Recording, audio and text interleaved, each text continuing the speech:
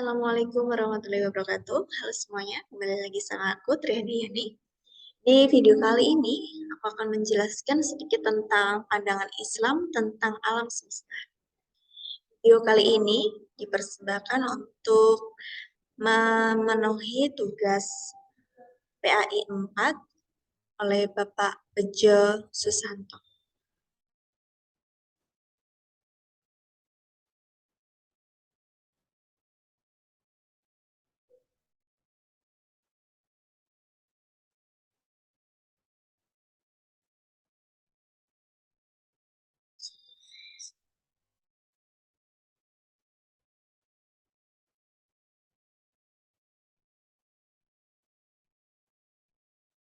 Di video kali ini kita juga akan menjawab pertanyaan. Yang pertama yaitu pertanyaan bagaimana proses penciptaan alam semesta oleh Allah Subhanahu wa taala dan apa hikmah yang terkandung di dalamnya. Yang kedua, jelaskan perbedaan konsep ilmuwan barat dan Islam tentang kejadian alam semesta dan mana yang lebih komprehensif. Di dalam pendahuluan, alam secara bahasa berarti seluruh alam semesta. Jika dikatakan al-kauni dan al-alami artinya yang meliputi seluruh dunia. Dalam bahasa Yunani, alam semesta atau jagat raya disebut sebagai kosmos yang berarti serasi dan harmonis. Dari segi akar kata, berasal dari kata alam, artinya memiliki akar yang sama dengan ilm atau ilmu pengetahuan. Dan alamat atau pertanda. Disebut demikian karena jagat raya ini sebagai pertanda adanya Sang Maha Pencipta, yaitu Allah Subhanahu wa taala. Jagat raya juga disebut sebagai ayat-ayat yang menjadi sumber ilmu dan pelajaran bagi manusia. Salah satu pelajaran dan ajaran yang dapat diambil dari pengamatan terhadap alam semesta ialah keserasian, keharmonisan, ketertiban, dan bukan suatu kekacauan. Kemudian penciptaan alam menurut teolog dan filosof Muslim. Yang pertama itu al-khalaq atau creation, suatu proses yang lahir daripada konsep akibat yang semestinya. Melalui tindakan berpikir yang dilakukan oleh pencipta, maka alam sebagai objek pikiran pencipta, wujud yang semestinya. Kemudian ada teori al-faid atau alam semesta ini dijadikan secara melimpah. Teori ini diambil dari Neoplatonisme yang mengatakan bahwa alam ini terjadi karena limpahan dari Yang Esa. Wujud pertama yang melimpah adalah satu, yakni akal.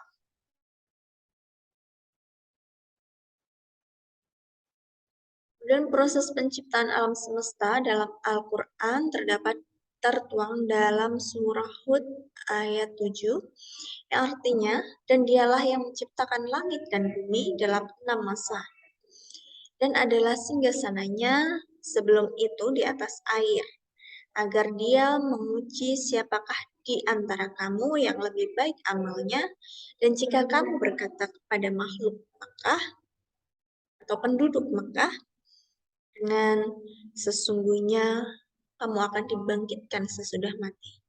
Niscaya orang-orang yang kafir itu akan berkata, ini tidak lain hanyalah sihir yang nyata.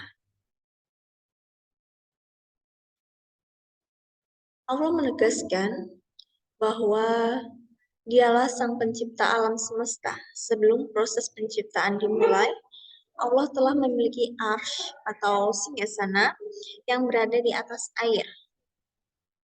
Ketika menciptakan alam semesta, Allah menguji manusia siapa yang paling baik amalnya dalam memanfaatkan ciptanya, supaya mereka mendapatkan balasan atas amal perbuatan mereka.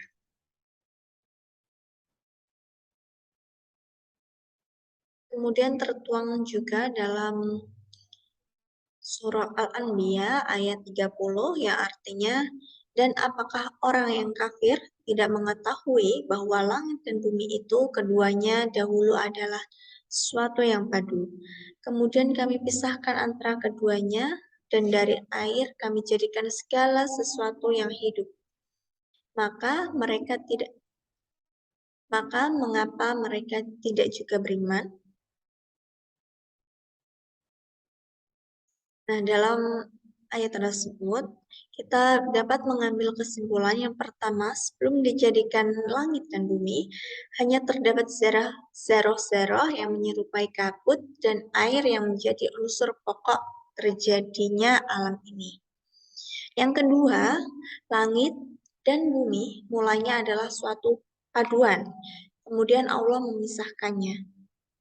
Lalu Allah menjadikan udara di antara keduanya yang menghilangkan panas bumi agar manusia dapat hidup di atasnya.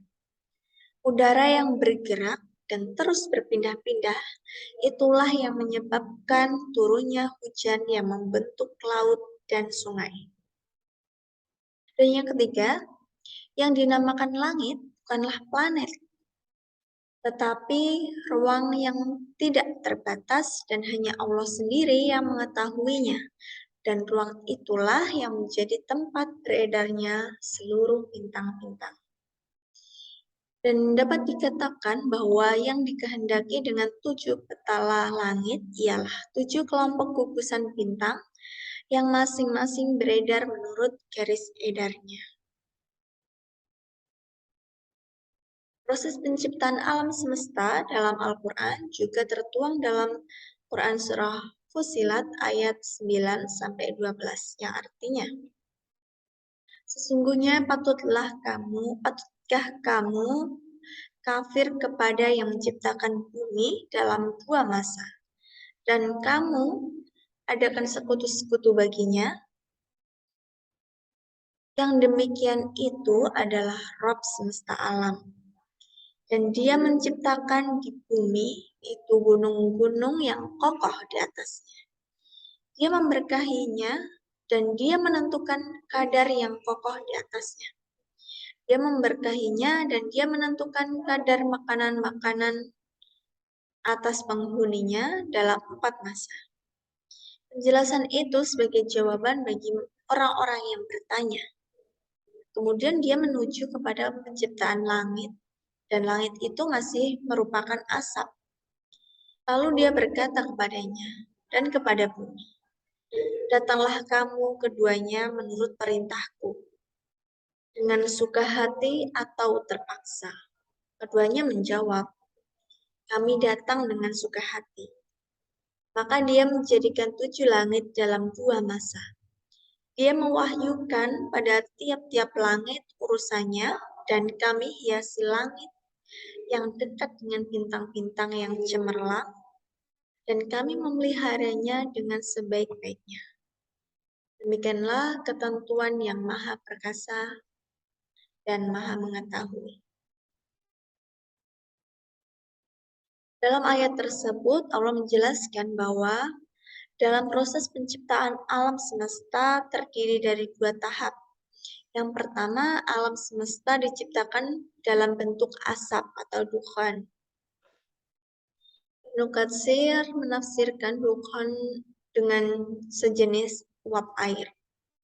Kedua, terpecahnya asap menjadi berbagai benda-benda langit. Penjelasan ini sama seperti yang diakui oleh kebanyakan pakar astrofisika saat ini, yakni teori ledakan besar.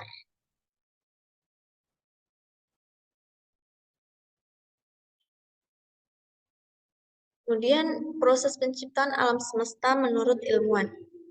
Kalau tadi proses penciptaan alam semesta menurut Al-Quran, sekarang proses penciptaan alam semesta menurut ilmuwan. Yang pertama, adanya teori ledakan besar. Einstein adalah orang yang mempopulerkan teori ini. Teori ini berdasarkan pada penelitian yang ditemukan bahwa alam semesta ini mengembang. Seluruh planet dan bintang terus bergerak saling menjauhi, seolah-olah berasal dari satu tempat yang sama.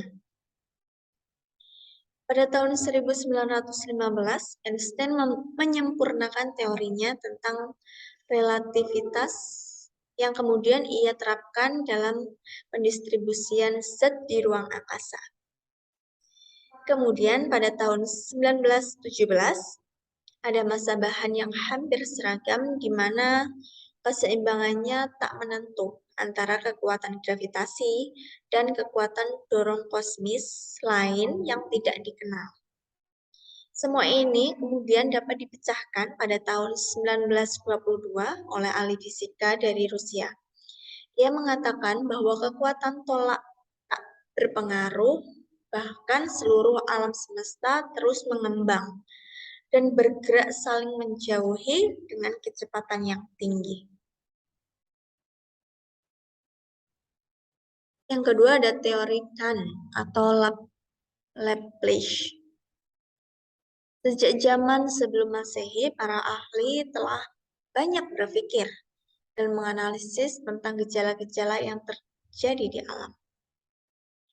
Mulai abad 18, para ahli telah memikirkan tentang proses terjadinya bumi.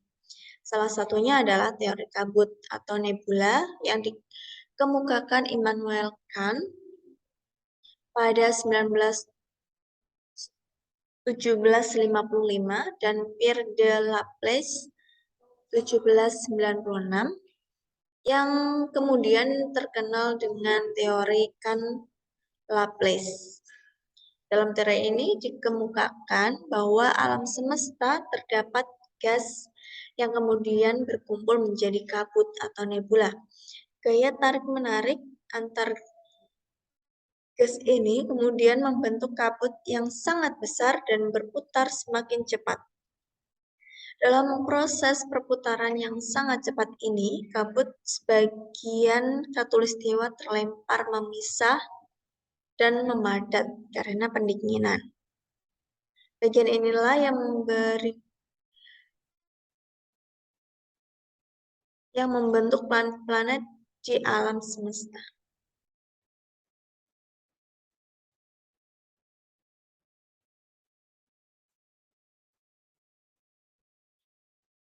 Kesimpulannya, dari beberapa teori para ahli tersebut, kemudian para ahli astronomi terus berusaha memecahkan teori terbentuknya alam semesta.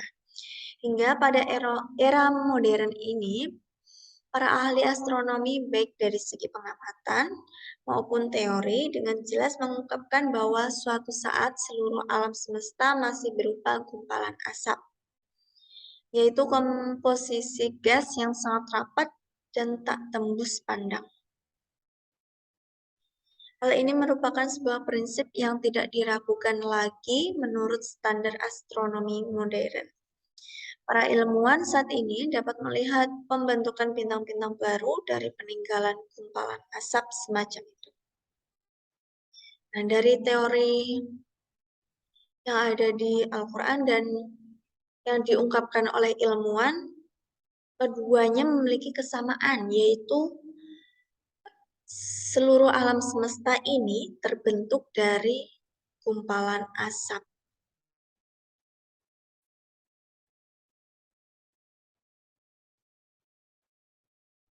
Kemudian jangka waktu proses penciptaan alam menurut Al-Quran. Allah menciptakan dalam alam semesta dalam 6 hari. Terdapat ayat yang menjelaskan bahwa hari Allah sama dengan 1000 tahun. Sehari dalam pandangan Tuhanmu adalah seperti 1000 tahun dari perhitunganmu. Quran Surah Al-Hajj ayat 47 dan Al-Sajdah ayat 5. Dan yang terakhir, apakah tujuan penciptaan alam menurut Al-Quran?